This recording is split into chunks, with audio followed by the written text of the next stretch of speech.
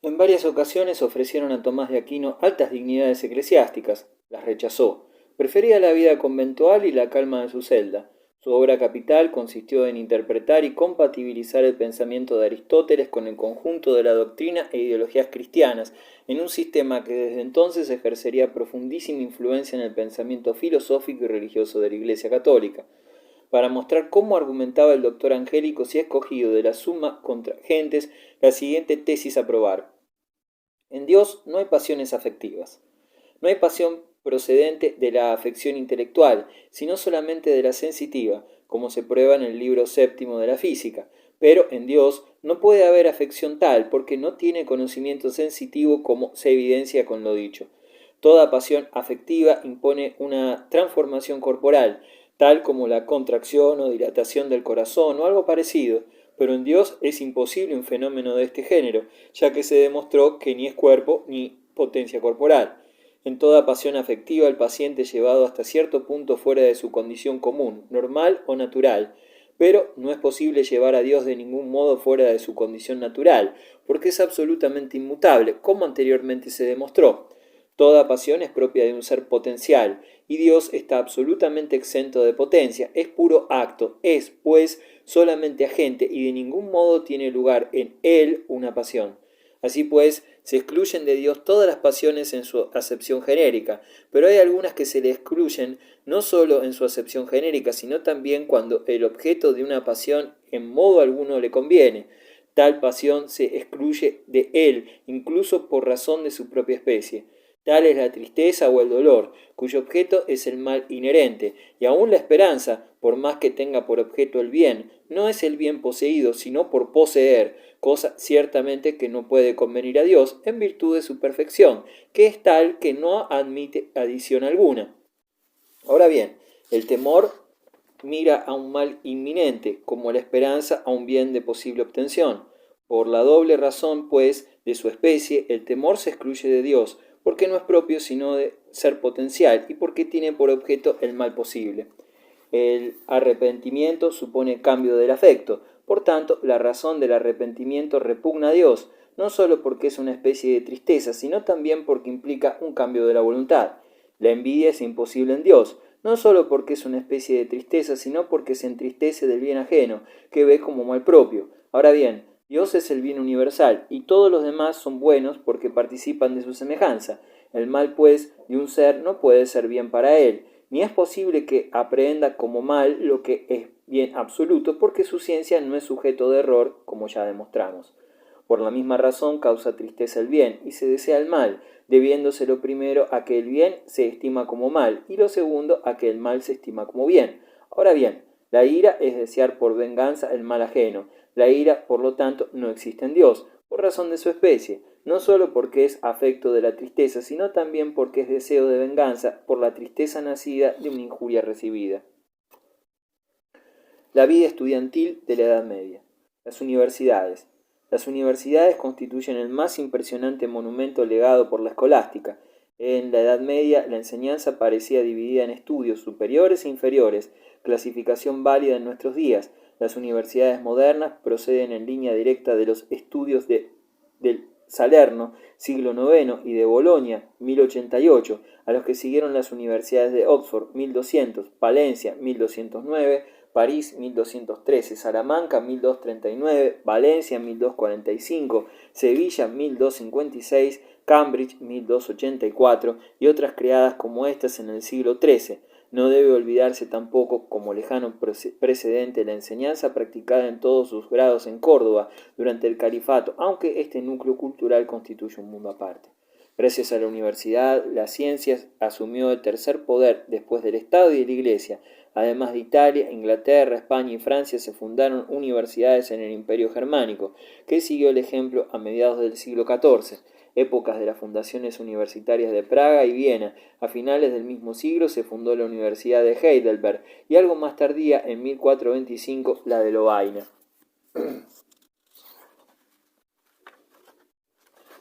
Las primeras universidades italianas y francesas surgieron por haber reunido a algunos célebres sabios, muchos discípulos en torno suyo. En París, la enseñanza de Abelardo fue tan atractiva y fecunda que se considera un factor decisivo en el desarrollo de la célebre universidad. En su tiempo, el número de estudiantes hizo al alma mater, madre nutricia, de París la más célebre de Europa. Cierto es que el éxito en parte era debido a ser la única universidad cita en una gran capital y ofrecía a sus estudiantes de Derecho y Teología la posibilidad de darse a conocer más fácilmente en el campo de la política. En los conflictos entre el Papa y el Rey, la universidad adhería a uno o a otro, según los casos. En periodos de conmociones políticas y sociales, la universidad desempeñó a menudo el papel de árbitro o fue portavoz del pueblo ante la corte. En las ciudades donde se asentaba cierto número de maestros, como Bolonia, célebre dentro de estudios jurídicos, y París, baluarte de la escolástica, maestros y discípulos acabaron por constituir una comunidad científica llamada Studium Generale o Universis Magistrorum o et Scholarum, de aquí el nombre de universidad. Evolución y planificación universitarias. Los maestros se agrupaban por facultades, la facultad de teología, la más importante de la Edad Media, la facultad de derecho, la de medicina y la de filosofía. Los estudiantes tenían sus corporaciones. La iglesia y los monarcas otorgaron privilegios a las universidades. Estas fueron al fin una especie de gremios de sabios. Una de las cláusulas constantes en los privilegios regios a las universidades es la protección que el príncipe concedía a profesores y estudiantes durante su residencia en la ciudad universitaria y mientras iban o venían de la misma. Las universidades estaban capacitadas para ejercer poder disciplinario, incluso legal, dentro de sus recintos. Solo las universidades más antiguas evolucionaron orgánicamente de modo citado. Más tarde, lo corriente fue que las universidades surgieran según planificación de sus fundadores. En los siglos XIII y XIV, el Papa, los soberanos y las propias ciudades rivalizaban en crear nuevas universidades y concederle edificios, donaciones y privilegios. Tal tendencia obedecía desde luego a la creciente necesidad que sentían las ciudades libres de formar nuevos funcionarios administrativos. El vigoroso desarrollo de urbes y negocios incitaba a la burguesía a ocupar los cargos que creía le pertenecían por derecho. Cierto es que muchos de estos centros intelectuales desaparecieron. Aun así, al comenzar el siglo XV había en Europa unas 40 universidades. Al principio, la Iglesia ejercía considerable influjo en la vida universitaria. Los profesores y la mayoría de los estudiantes vivían juntos en los edificios universitarios, como aún ocurre en Inglaterra. En ellos la vida ofrecía un aire monacal y estaban reglamentadas hasta el menor detalle: la hora de levantarse y acostarse, la manera de vestir y de comportarse en público, las horas de comida, los cursos, incluso el tiempo que debía dedicarse al estudio de cada materia enseñada. Luego, con los años, la enseñanza a cargo de religiosos pasó a profesores laicos y la disciplina conventual dio paso a la libertad académica, con todo el prestigio que este privilegio ha tenido en todo tiempo. Los escolares se convirtieron en estudiantes. Abelardo y Eloísa. Pedro Abelardo nació en 1079 en un castillo situado en los confines meridionales de Bretaña, a unos 20 kilómetros al este de Nantes. A los 16 años fue a estudiar a París, con los mejores dialécticos de Francia. Como buen escolástico, la dialéctica era su manjar favorito. Muy joven aún, fundó escuela propia y su reputación llegó a tal extremo que se agolpaban los discípulos en torno suyo, mientras en los demás maestros disminuía el número de oyentes. Su prestigio se acrecentó al enseñar teología. Sin embargo, al llegar a los 40 años se cruzó en su camino con una muchacha bella e inteligente, Eloísa, que le presentaron como discípula. La muchacha había sido educada por su tío, el canónigo Fulberto, y las relaciones entre esta familia y Abelardo se hicieron tan amistosas que el profesor fue invitado a vivir en casa del canónigo. Abelardo se expresa con mucha franqueza al referirse en esta época de su vida. Primero nos reunimos bajo un mismo techo, luego se unieron nuestros corazones. Bajo pretexto de estudiar nos entregábamos por entero a nuestra pasión. Los libros permanecían abiertos ante nosotros, pero nuestras palabras eran más numerosas que las explicaciones de los textos. Esta intimidad entorpeció el trabajo intelectual. A la larga, Abelardo no podía resistir tantas noches dedicadas al amor y a la labor de sus duras jornadas. Sus cursos resultaron menos interesantes, la inspiración le abandonó y se volvió rutinario. Pronto toda la ciudad estuvo al corriente de la aventura y cuando se enteró Fulberto arrojó a Abelardo de su casa en el acto. Poco después Eloísa le reveló que esperaba un hijo y decidieron casarse. El matrimonio se celebró en París, en presencia de Fulberto y algunos amigos. Un matrimonio público hubiera imposibilitado a Abelardo la carrera eclesiástica. Con todo, este enlace secreto no satisfacía al canónigo Fulberto. No cesaba en sus insistencias y en amargar la vida de Eloísa. Al fin Abelardo la llevó al convento donde se educó. Fulberto imaginó que el filósofo intentaba zafarse de sus deberes. El odio acumulado contra Abelardo estalló entonces de modo terrible. Una noche, asesinos a sueldo secuestraron al sabio profesor y le privaron de su virilidad. El águila altanera se convirtió en un pobre mutilado. No obstante, a ruegos de sus alumnos, reemprendió los cursos y sus discípulos fueron más numerosos que nunca. Entonces podía consagrarse por entero al estudio, pero sus enemigos no le dejaron en paz. Lo acusaron de herejía, mas la calumnia se volvió contra sus adversarios. Trataron de eliminarlo mezclando veneno en el vino de la misa. Por fin pagaron a unos espadachines para suprimirlo, pero logró huir. Eloísa lo amaba con más pasión que antes. Le escribía sin cesar las más inflamadas cartas. Él replicó con una epístola paternal, exhortándola a resignarse con su suerte. Si en las cosas divinas sientes necesidad de mi dirección y consejos escritos, pregunta cuando desees saber. Responderé en la medida de la inspiración que Dios quiera concederme. Nada queda ya del amante apasionado. ¿Qué parece el antiguo dialéctico? El doliente corazón de Eloísa no esperaba tan mesuradas palabras. En otra carta insiste en su apasionado amor, que no logra reprimir, aun siendo ya priora de su convento. La respuesta de Abelardo fue una severa humilía. Si Eloísa deseaba unirse a él un día en la felicidad eterna, debía apartar de su alma la peligrosa amargura que la consumía. Llora por tu salvador y no por tu seductor. Luego, solo la caridad de priora se relacionó con su maestro y sometió su correspondencia a las reglas conventuales. Con todo, Abelardo no había llegado a un límite de sus sufrimientos. Se vio mezclado en una violenta disputa teológica con Bernardo de Claraval, que lo acusó de hereje en un concilio. Fue condenado a la hoguera. Abelardo, anciano y fatigado, se retractó de sus afirmaciones condenadas y pudo recuperar la paz. Murió 2 años después, en 1142, conforme a su última voluntad, fue sepultado en el recinto conventual de Eloísa. Ella le sobrevivió 22 años y sus despojos mortales fueron colocados junto a los de quien tanto amó.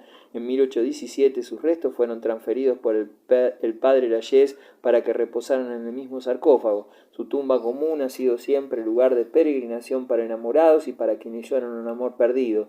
Eloísa constituye un símbolo de amor capaz de sacrificarlo todo a un ideal.